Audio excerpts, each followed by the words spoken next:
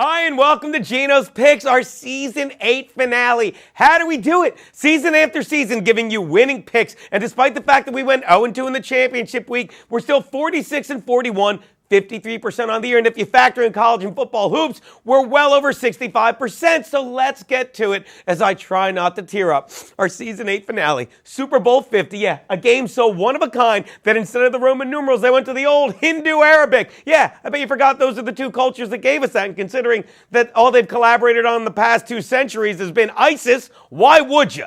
At any rate, let's get to the picks. But first, gotta do one more. You know what really grinds my gears? The fact that despite 8 years of doing the funniest, most insightful videos on the web, with people that equate the fact that overall we're really about 60% on the year against the spread, you forget that we are historically right nearly all the fucking time with our predictions. I would love to go back and point out how we told you Colin Kaepernick would be a bust the minute he popped up on the internet with his stupid hat, or that we said unloading all those picks on RG3 was a huge mistake coming out of Baylor since the Waco massacre. But the fact is you don't pay attention. Like the time we told you Johnny Manziel was a fraud from day one who would never be a legit pro quarterback. And just today the story came out that when, it can't surprise anyone, that when the season is over after the Super Bowl, he will be released Monday. That's right, because the latest story where his ex-girlfriend Colleen Crowley had to call the police to their house after a fight, and she said she was worried about his well-being,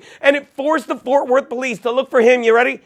With a helicopter. And guess what? They found him. Wait, so you're saying they took to the air and actually located their target? Wow, maybe the Browns should sign that helicopter at quarterback, because Manziel never did that. Manziel has become as terrible a person as he is a quarterback, and it's a shame it took the Browns so long to realize it. But kudos to his hot girlfriend, that is, Colleen Crowley, because unlike the city of Cleveland, she stopped letting him slap her in the face a month ago.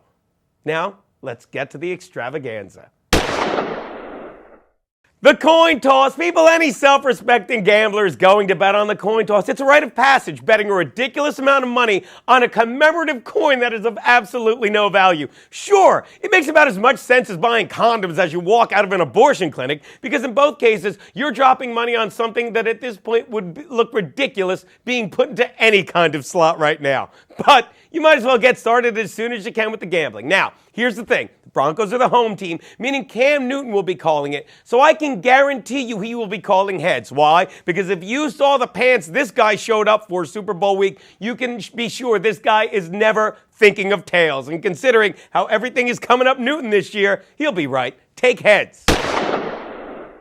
Another Geno's Pick staple for the Super Bowl, the national anthem, people. The over-under is 2 minutes and 3 seconds. Wow. Just today it was announced that the national anthem, way to hold off NFL, will be sung by Lady Gaga, which is great news, kids, because I actually found a clip of her singing the national anthem online for the New York City Pride Rally in 2013. And guess what? Took her 2 minutes and 14 seconds to sing it. Not to mention that everyone recalls back at Super Bowl 47, the last time a renowned piano player, that sexy bitch Alicia Keys, came out and sang the national anthem on a piano, and when everyone saw that piano, they started ripping up their tickets for the under. Well, 2 things you can be sure of this Sunday. Gaga will certainly have a piano out there, and she will do her best Tom Brady impression with it, hitting every small white option available and occasionally hitting something black in between them. That's going to take a while. Take the over on the anthem.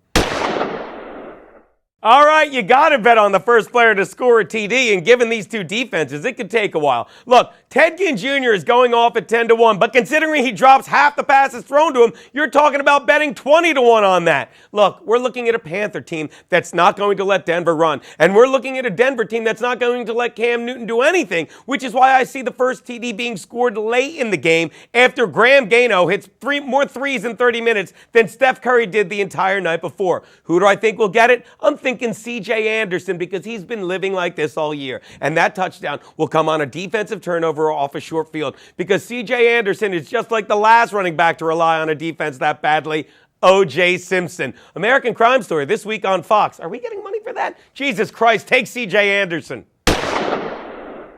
Which brings us to the actual game. 2 years ago, people, we told you not to bet the Broncos, right? Right? And we were right. What are we going to do this year? Well, let's see what Daddy wrote on the teleprompter. Yes, I get it. The Panthers have put a beat down on the last two teams they faced while pouring on the points at home, and their fans loved it. Let's face it. In the past year, Cam Newton has put his balls in the hands of more little boys at Ericsson Stadium than Michael Jackson ever did at the Neverland Ranch. But just like Jackson before him, he may struggle when they put him on a national stage. Look, I'll give him credit, as he has dropped some serious points on a pair of top 10 defenses, Arizona and Seattle, but Denver's not a top 10 defense this year. It may be the best defense we've ever seen in the Super Bowl since the 1985 Bears, or at least since the 2002 Ravens. And what don't you get about a team with a better defense usually winning the Super Bowl? Let me tell you something else. This will not be Manning's last game as an NFL quarterback, because he played his last game as an actual QB midway through last year. That's when he began his career as a knuckleball pitcher, which has made things tough on his receivers. In fact, the only QB that was harder to catch than Manning the past 5 years was Ryan Leaf. Yeah, we can finally compare those two. But that's just it. 2 years ago, the Broncos lost 43-8 when Manning couldn't win the game for his defense. But 2 years later, the Broncos have a defense that can win the game for Manning. Take Broncos and the points you're getting. Which brings us to the total. The game is 45 points. This may be the easiest bet of the day. If you think Cam Newton is going to keep up that torrid pace through the NFL with his offense, then fine, take the over. But people, think about it. The Denver defense is going to be asked to play a huge game, and something they've been doing all year is exactly that. Over the past month, they've allowed an average of just 17 points a game, a little more, and there's no reason to believe they're not going to do that again, coming off a full week's rest, because Peyton Manning may have always been the smartest man in the game. And now he's not just doing it with a sharp noodle for a brain, he's doing it with a slightly less sharp noodle of an arm. But hey, at least the defensive kids around him have been surviving on noodles since college. Take the under. That's Geno's Pick Season 8. See you next year on TV, I promise.